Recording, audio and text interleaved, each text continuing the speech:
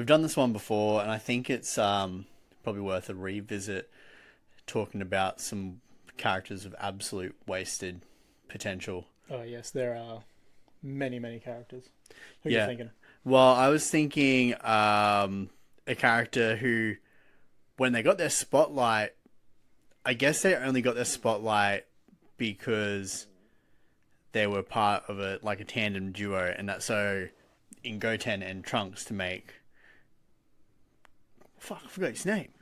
Go Tanks. Yeah, Go Tanks. That's right. I was like, is it that simple? Yeah, Go Tanks. But yeah, like Goten as a character, just to me is absolutely wasted potential. Yes, I agree. We did mention the other week on the pod about Dragon Ball GT, and probably no bigger indicator of a wasted character is probably Goten in Dragon Ball GT.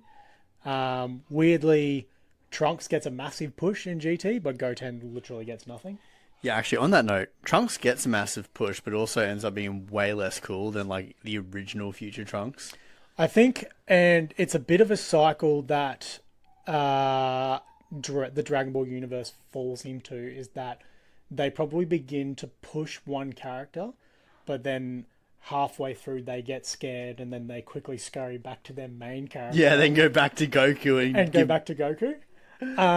Which like, yeah, it you could see that particularly in like the Boo era of Dragon Ball Z, obviously when Gohan's an adult, and like we said, Goten comes into the picture and Trunks, they really start pushing these other characters because they essentially killed off Goku and sort of he's come back for like a special appearance, and then they're quickly like, you know what, this isn't panning out how we thought it would. We need to quickly circle back and go back to our main guy. Um, yeah. So in that instance, yeah, Goten is I reckon a pretty big missed opportunity, realistically. Yeah, definitely. Even like moving from the Dragon Ball Z universe into the GT universe, um, and even in Super, I guess as well. There's plenty of opportunity to inject. I mean, if you can't figure out how to make Goten work by himself, there's plenty of opportunity to inject Gotenks, like Yep. to inject Goten and Trunks in lots of fights to you know to to bring something to it. I guess like because he at the end of the day, like I guess we'll talk about the fused form. That's Super Saiyan 3. Yeah. And that's just off the bat Super Saiyan 3. Like, there wasn't like this super intense training regime to get these two Saiyans to be able to get the Super Saiyan 3 as individuals. They just fused and they're like, yeah, let's do it. Let's just power up, rip it out, Super Saiyan 3, baby. Yeah. I mean, it's weird because they essentially pan Gohan as this like Saiyan prodigy because he turned Super Saiyan like 20 years younger than what Goku and Vegeta did. And then you go to Goten and Trunks. I know we're focusing on Goten, but Trunks sort of falls into this category where they're like, less than 10. I think Goten was maybe 8. And they were able to turn Super Saiyan with ease. You'd think that, I would have thought that when that happened, the storyline that they were pushing for was that Goten and Trunks were then going to progress in their Saiyan forms through Buu and then play a role in the end, whether that was becoming Gotenks and fusing and then defeating Buu or whatever have you. But yeah, it does seem weird that a Super Saiyan 3 Gotenks can only fight Evil Buu like the third iteration, but then we go to Goku and you would think that a fused form would be stronger than a single entity, particularly when they're at the same level of strength with their like Saiyan forms. But then a Super Saiyan 3 Goku is the one that fights Kid Buu. Yeah. Yeah. Um, I would have thought that in that the way that works, because like with the power scaling, when there's a fusion, it's essentially like taking two people's powers and like doubling it. You would think that Super Saiyan 3 Gotenks would be substantially stronger than Super Saiyan 3 Goku. I would think anyway.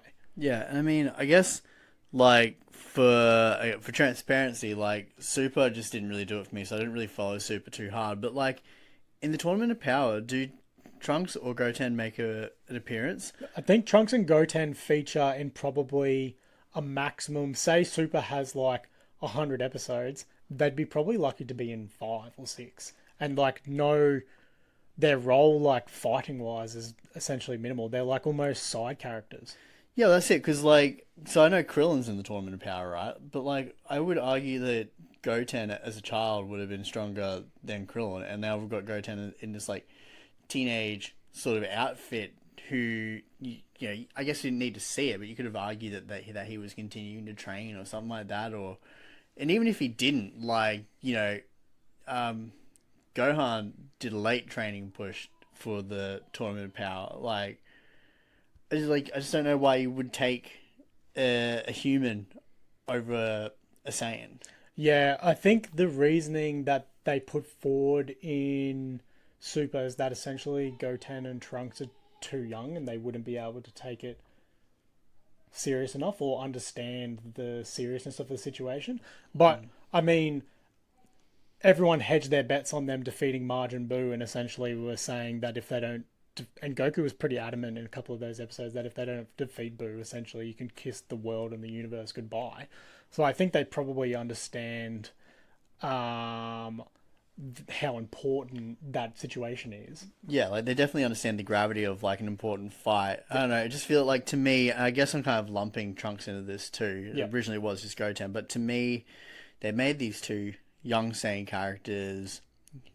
Basically at the start of that Majin Buu sort of arc period, and built them up, put the fusion in there, made them characters that you thought were going to be pivotal to sort of finishing everything, and then really by the end of it they were just kind of like a buffer for Vegito, like really just like to just give a bit of time to get all that sorted and Boo, as opposed to like Gotenks actually just coming in and finishing it, Yeah. or at least being like a massive contributor to that in like a 3-on-1 or something. Yeah, and I guess it's weird because you never really talk about a villain's plot armor, but Majin Buu has some of the thickest plot armor ever because apparently he could not be killed by the fusion of Gotenks, saved by the plot armor, then wouldn't be killed by Mystic Gohan, saved by the plot armor. Then Vegito comes along and saved by the plot armor again, and then it literally took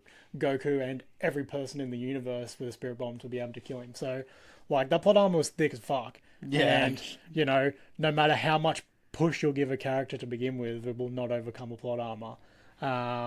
But, yeah, Goten and I guess Trunks lumped into it, huge miss realistically, and it could have opened up another like whole storyline or avenue for the whole Dragon Ball universe. Yeah, and I can get the huge miss, like, because they're children, that sort of thing, and just like a miss at that point in time. But like, surely as we start progressing into Super, like that was their time to really, shine. Yep. But yeah, just a miss. Yeah, I mean, that's probably a discussion for another day, and we've nearly gone over time. But like Super, there's a lot of parts of Super that's a big like miss anyway. Like you introduce Super Saiyan God, and then you essentially push it to the side and be like, no, we're just going to go to Super Saiyan Blue, and it essentially doesn't feature really at all. So again, a story for another day. But yeah, I have to agree with you on the Goten one. Fucking Arnold, what the fuck, man? Oh my god. So sorry. Holy shit, there's so many tissues. Oh god, can you close it? Oh my god, I'm sorry. Hey, thanks for watching, support the channel. If you want to help us make more content like this, hit us up on our Patreon, links in the comments below. The mouse is all sticky! Oh my god.